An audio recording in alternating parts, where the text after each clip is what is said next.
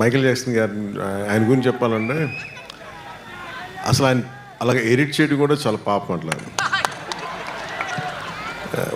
Great star, legend.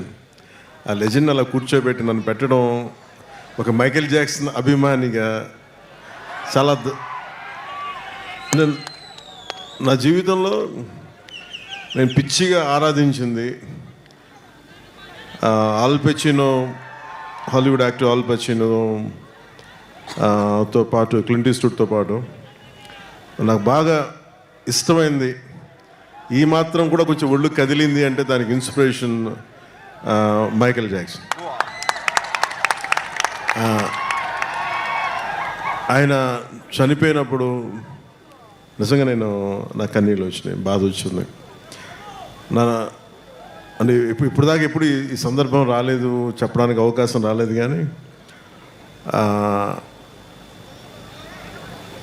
చాలా ప్రభావితం చేసిన వ్యక్తి మైకేల్ జాక్సన్.